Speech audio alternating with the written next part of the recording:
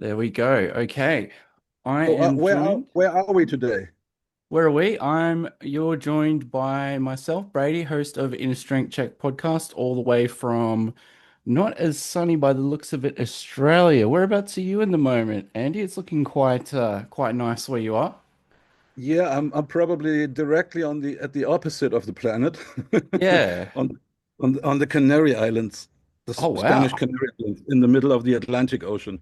Wow. There you Well, go. that's where I live since a quarter of a century. That's right. You have been living there quite a while, haven't you? Um, Yeah. And you're about to do a whole bunch of jet setting around the world again soon with the Oh remainder yeah. of your world tour. Oh yeah. Don't remind me. Endless waitings at the airports. Yeah, yeah. Yeah. You guys have a pretty comprehensive run of dates too. I was seeing in October. You'll be taking about looks like in October, you've got about well, over a month where not many days off in between. You guys are playing quite a few shows. Yeah, part one Europe. That's Mm, and we always try to pack it that we don't run into the cold winter days of January or February because that's super nasty in Europe, super mm, cold. mm. Um, so we try to make a break in January and February Yeah. Yeah. and rather head on to South America than for March, Oh something like yeah. that's the plan. But so far I've seen that being added summer vacations directly after the European legs. We head into Asia, Indonesia, Malaysia, Taiwan, Korea, and all that stuff. So it should be nice and cozy there. Yeah. It's kind of like you guys are kind of like migratory birds just following the weather. Yeah, exactly. Unfortunately, the most of our guys have to go back to Christmas bad weather in Europe, but I'm happy to say I return to my sunny island over here, which is always warm. Here's no winter. So Oh, place to be for fantastic. me. Yeah. Yeah, there's it. Hey, it's those people as you and me, and there's other people who really don't like the heat and don't like always to be in the warm. So, Mm, mm. which people like us probably cannot understand, but you have to actually accept that there are like I always say there are mountain people and there are sea people, you know.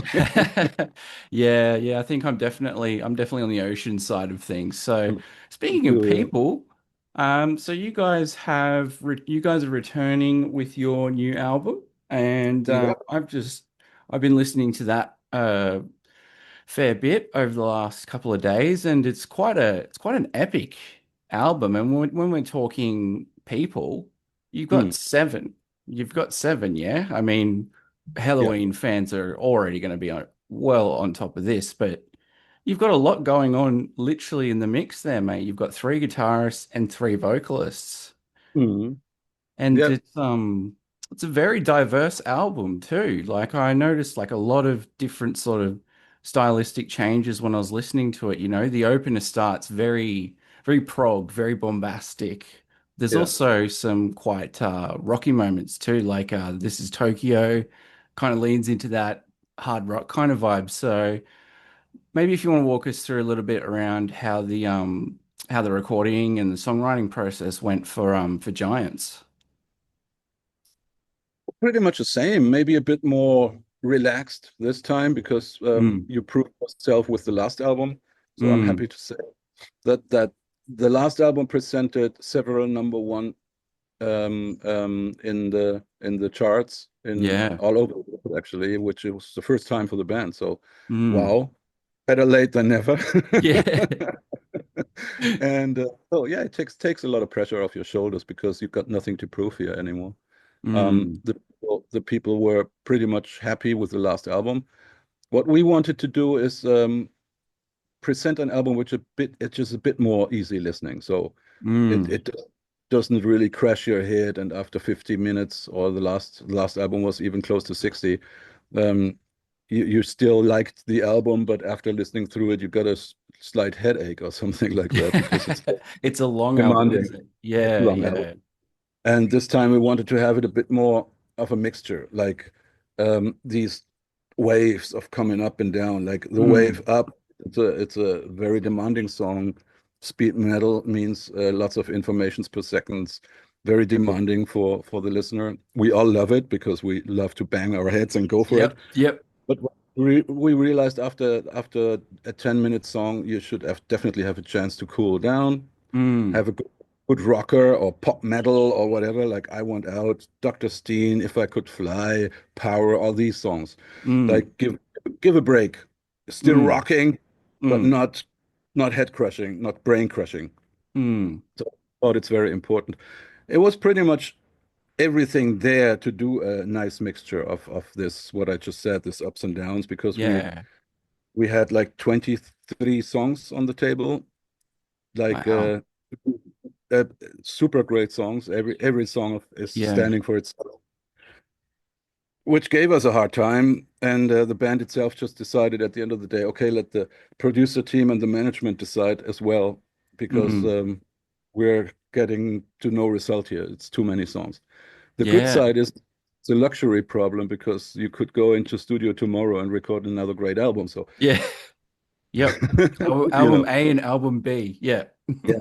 But for this album, it made it very easy because you had so many songs and you decided to go into that vibe of like I would always say it's like that keeper feeling you have. You have Yeah. these speed metal songs and then you got a rocker Mm. which breathe again, and then you go back into the speed metal, and then you have a ballad maybe to breathe, and you go another 15 minutes of skull crushing music, and then you got another one coming down. I think that's very important. Mm. Maybe it's my age because, but I remember I was always enjoying more to listen to something which goes in waves, Yeah. you know, Yeah. and the down wave does not mean that this is a bad song. Maybe that's the hit even. Yeah. Speak, Speaking for songs like I Want Out or If I Could Fly, these are not typical Helloween songs. If you listen through a Mm. Keeper album, I Want Mm. Out is an outstanding song. It's not a typical Keeper song, but this was the biggest hit. Or back in the days, If I Could Fly, or even Forever and One, who would have reckoned that a ballad becomes number one? So Yeah. well, we're a speed metal band, and number one hit is a ballad. So you go like, okay, yeah, Yeah, nice. I'll take that. Yeah, sure. Why not? Yeah. It almost sort of feels like you guys have like over time, because for me, I'm not the biggest power metal head myself, but I was very like, I think like everyone else that it was almost like if you want your metal card, you got to go listen to Keeper. But Yeah, Dark Ride was that's another the one. entrance. Master of the Rings and Dark Ride were ones that I listened to a lot. But I think just across your discography, that's something that I've noticed about you guys is that, and I've actually feel that the new album accentuates what you're talking about even more. There's this sense that listening to the new album, I feel like I'm listening to like I'm watching a show, like you've crafted a set list kind of thing. It really I get the sense from this album that you're trying to not in a not in a stereotypical way, but I can really tell that you guys are really trying to throw in a lot of different influences on this one. Is that kind of what informed it for the choosing the songs? Definitely that too. Yeah, Mm, absolutely. Um, well, being aware of 4 decades of metal, you have to reflect. mm, It's definitely something you could take it from the easy side and you say, well, we've got 4 decades of metal to cover, and through the history of Halloween, you may you can actually print so many different styles. You're allowed to because it's part of the band. mm, Um, at the end of the day, you have to find the mixture. You never satisfy all the people. It's like a good master.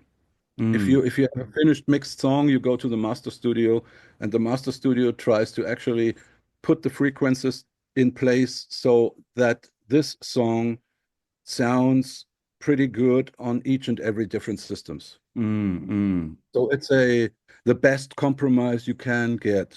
Yeah. That's what you try to achieve. Mm, So, and the same I look at when I look at an album, the same happens there with the flow of the album.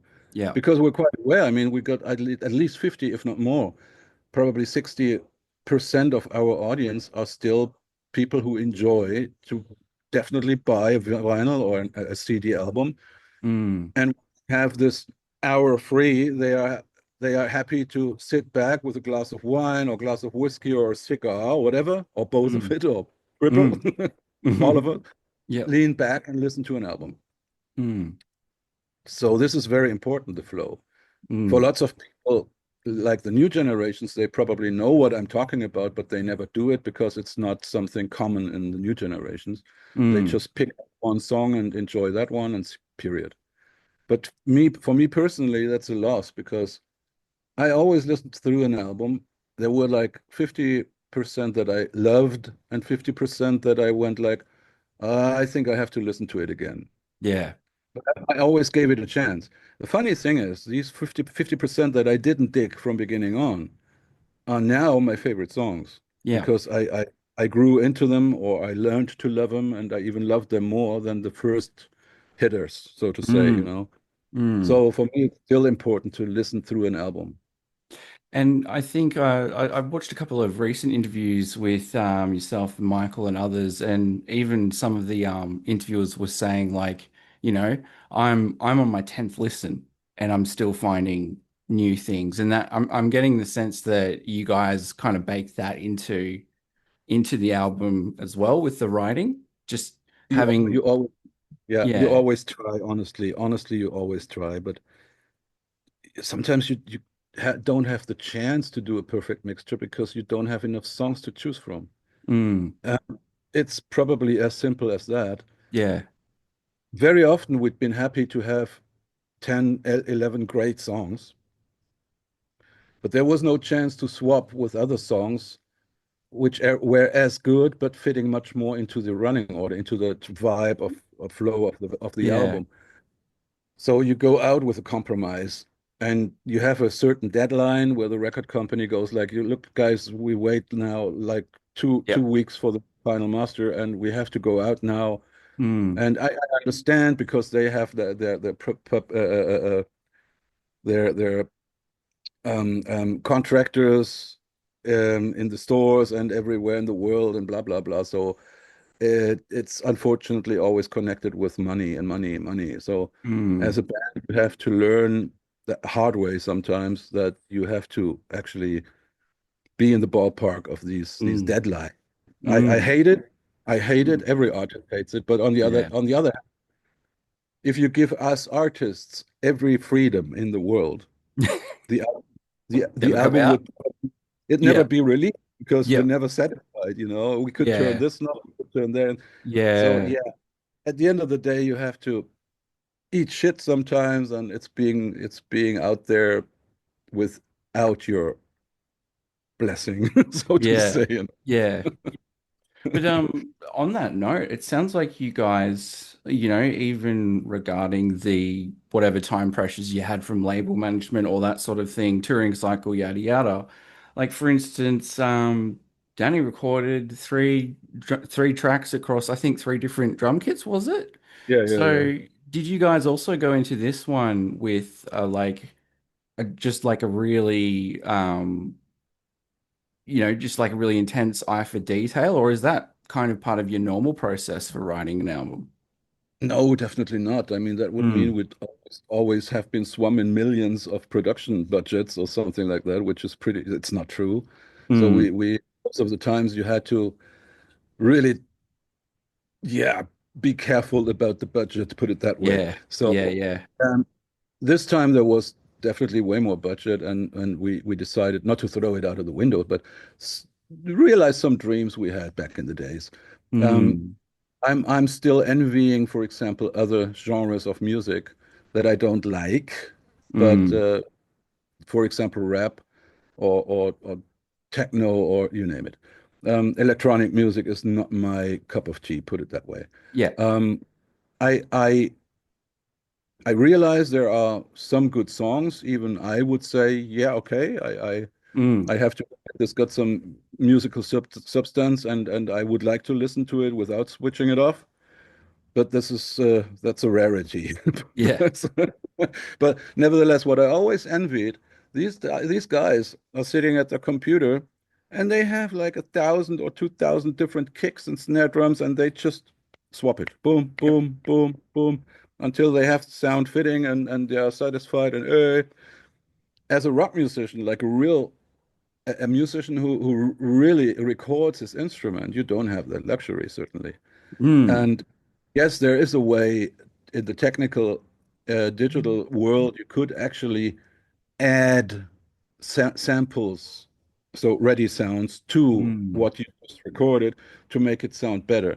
But it's still that compromise. And sometimes the kick is not sitting on the original kick, so it flams a little bit here, or it faces, or there's that like technical bullshit going on that you actually have to spend weeks to fix. So yeah, if you would have the luxury to record three different drums on one each and every song, then you would at least have the possibility to swap between these three drum kits. yeah, Certainly, it's only three drum kits and not 1,000 yeah. kicks and snaps. So, but it's a little piece of that luxury cake that Mm, we mm, we give to ourselves by yeah. doing that.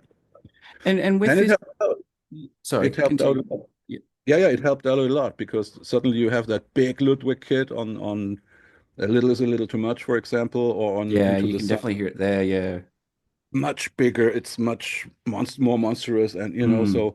And for a speed metal song, you certainly don't pick a super wide fat drum kit because you have to actually have five kits in a second. yeah, So you yeah. need something slim, something cutting through. So you have the smaller Pearl kit there, which worked fantastically, and so on and what so forth. So it's a luxury, and I'm happy we did that. Mm. Do you find, I mean, even just reading the promo materials or just watching interviews and stuff, it just sounds like, and even hearing you speak, Andy, like it sounds like you've got a lot of interfacing to do, just you yourself. I mean, we're talking about six other band members, multiple vocalists. You had two different producers and the Dutch are probably going to kill me over this one, but hey, it's an Aussie trying to pronounce it. Visalud Studios. With, with Yep, Lord. Wislord. Yeah, Es tut mir leid. yeah, Um, super.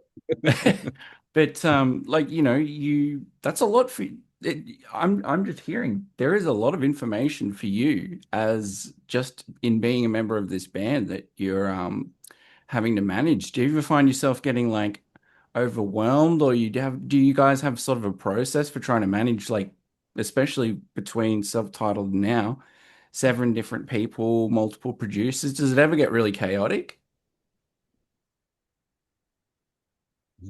Yes, but only for a second or so, because Right. and as soon as something is getting out of hand or chaotic or leaves a question mark, everybody is uh, the one who realizes it is standing up and goes like, "Oh, so what's the plan actually? What because Mm, I'm confused now." So I think it all works because you step back, um, shut your ego, and mm. and and tell the people, I'm confused. Yeah. So you out yourself being the dummy here. Yeah, okay. Yeah. Yeah. And but that works because the rest of the guys follow up and say, yeah, it's a bit now. What are we doing actually here? So and then everybody Mm, sticks his. I think that's something that is automatically because everybody likes each other since years. I mean, this is a yeah. team working together since so many years. Even long before the Pumpkins United with Kai and Michael happened, that Mm, the old guys came back to the band. So the old new guys, new old guys, whatever. mm, mm, But long before them, it was that team. mm, So yes, you run into confusion sometimes, but that's normal. That's mm, normal. But mm. there's always Dennis and Charlie, like the production team. They go like, okay, you know what? We could try it like this and this and this, and everybody goes like, yeah, okay, go for it. Because you're actually waiting for clarity. It's the right Yeah. word, maybe. So, Mm, but yes, sooner or later you always run into chaos. yeah.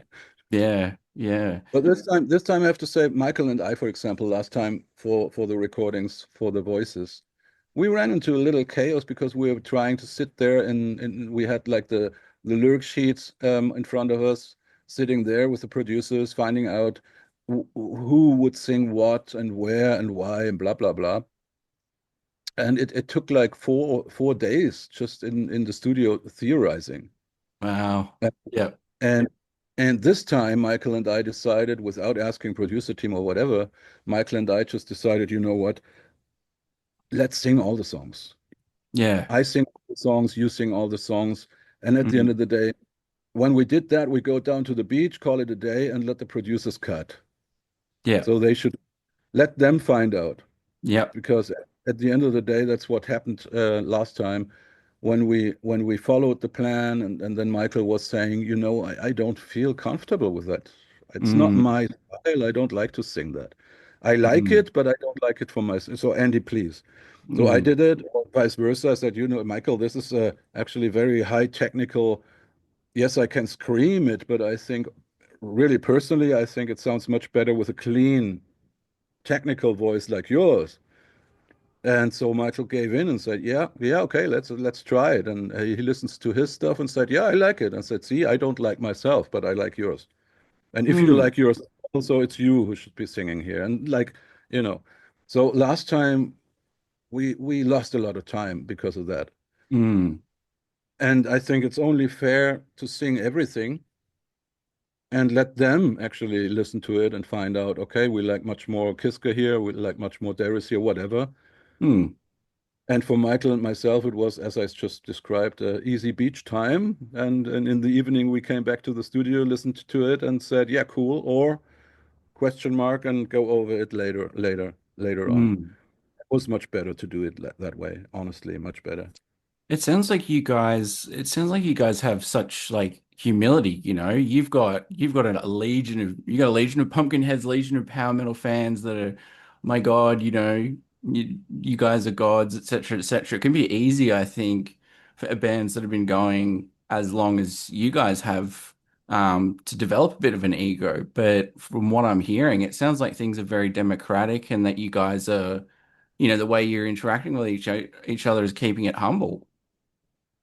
Yeah, because I don't feel there's much ego shit in our way, put it that way, Mm, because since since the boys are back in town, so to say, um, we had these discussions as a 7P with like seven people around the table and actually talking very, actually, it was a party talk, how things went down back in the days and why did go pe things go wrong in the first place. And you had a mm, big smile on your face. And I said most of the times the summary was, well, we were young and stupid, or too much ego shit, or the balls were too big, and yeah.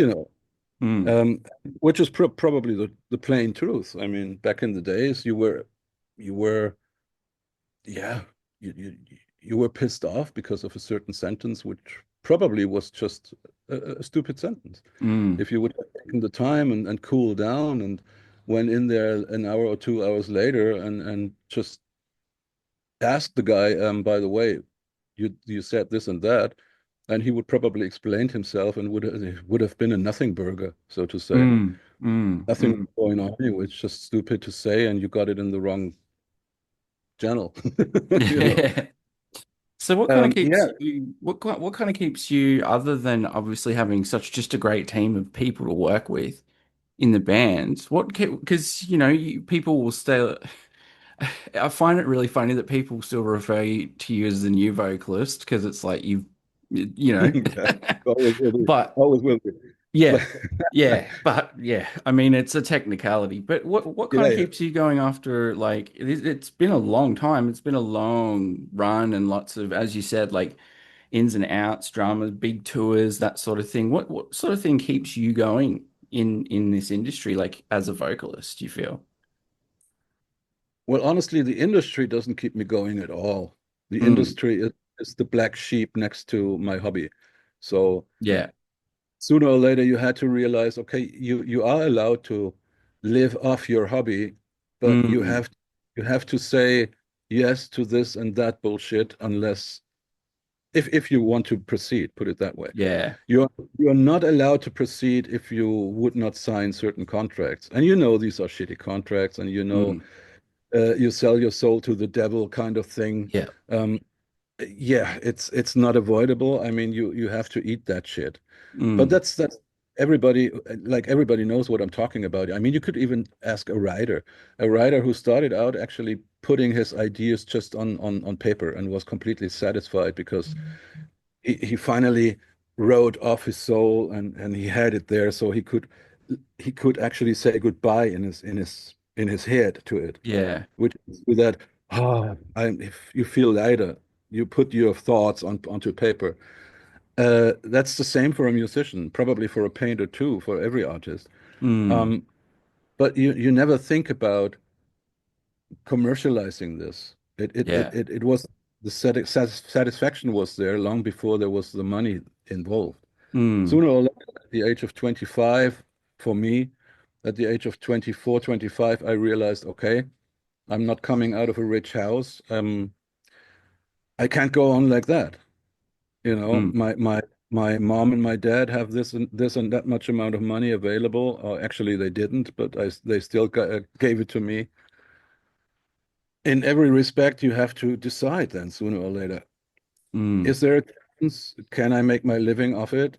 Certainly, there's these famous years everybody knows where you try to job and make music or job and be an author or painter or whatever.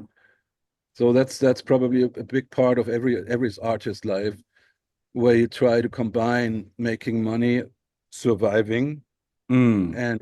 and your art. And as we all know, it comes to a certain point where you just cannot do it anymore.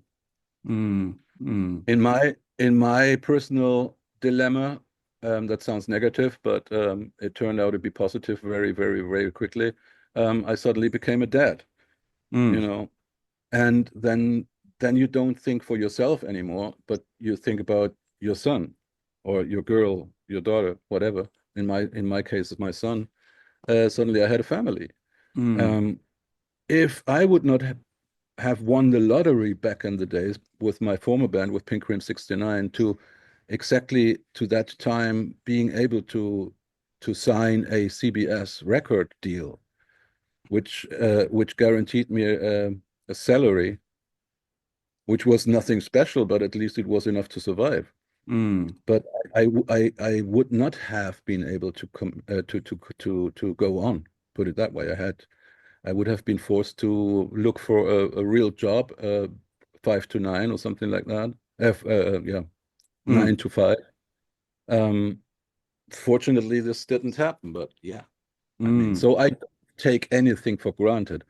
And when I realize where I come from, I would be the complete asshole if I would feel like a fucking better person or rock star or something special.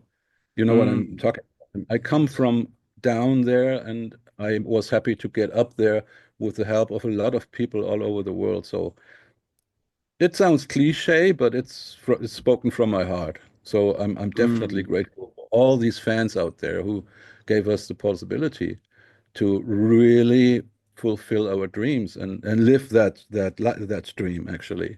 Mm. But back to the question, the downside of it is the industry. Yeah. The industry, it actually reduces you to a product, um, which is not fair, as we all know. But in the industry, it's numbers and nothing else. Yeah. It's hard to not take it personal, put it that way. So Mm. I know you should not take it personal. It's just numbers, it's business, but it's nasty. It's not very nice. Well, So, but you have to live with it. to put this in a, no, I don't want to ruin your lovely afternoon there in the Canary Islands with thoughts of the music industry. You've given some very sage wisdoms there, my friend, and I think to tie our chat up in a bow, what would you say for folks that are looking to navigate, their passion, their craft, but on the other hand, they come up with the industry and all those sorts of realities. What sort Yeah. of words would you have to kind of encourage folks that might even be listening or watching in that situation when they meet that reality and they think, oh God, what sort of things would you might say to kind of encourage people to keep going on? I don't know if it's an encouraging thing that I had to say, but Yeah. what definitely would help nowadays to realize that we're not living in 1990, Mm, but we're living in 2025. Lots of things have changed. So Mm, record companies don't have the power anymore because so many business is being taken away by streaming services.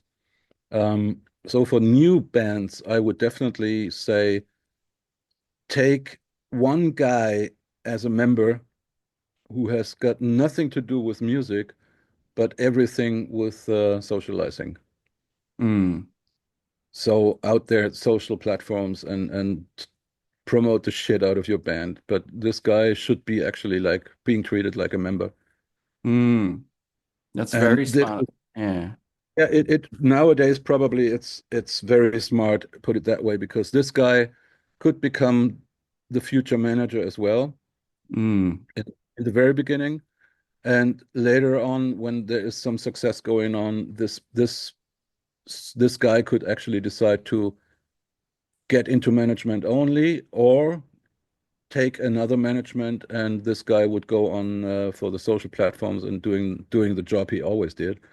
But you have to find somebody anyway. So mm, I remember back in the days for us, it was not a guy for social platforms that we need to find, but we needed to find a manager mm, we trust. So we decided to actually take one around one a friend of us, which was hanging out with us anyway, and he seemed to be a smart guy. We thought, and he should do the management. And he was like, "What? I should do what?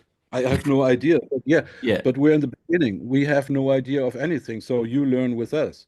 Mm, And he is now one of the biggest management companies in Germany, and he is our management now back with Helloween.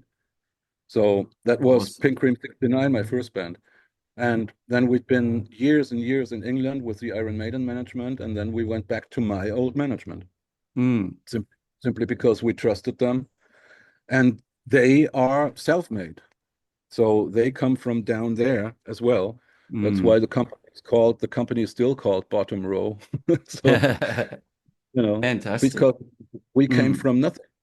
And I think that's the way nowadays. Look for somebody who you trust, somebody who is willing to grow with a band, and then build from that. I think the awesome.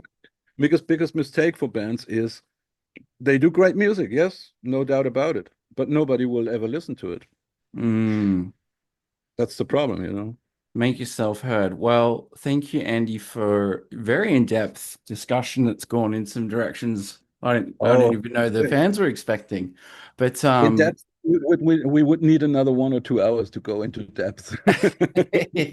yeah, yeah, I think between you and me, could keep going forever. But it's been lovely having you on the show. I'm gonna let Likewise. you go, and I'm excited on behalf of Halloween fans, and now I'm also excited on behalf of this guys everywhere that are hearing that and going, "Oh, that's me." So enjoy your tour. And the album comes out in late August, and I can already guarantee it's gonna blow up. So I'm looking forward to that on your behalf, I mate. hear you. All right, you take it easy, mate. You have a great afternoon. Yeah, we'll have another 5 interviews and then I call it a day. Oh boy, I'll let you get to it No, then. not a problem. I have another cigar here, so don't worry. I'm fine. Oh, you're all good. Thanks so much, Andy. Hey, Appreciate your cheers. time.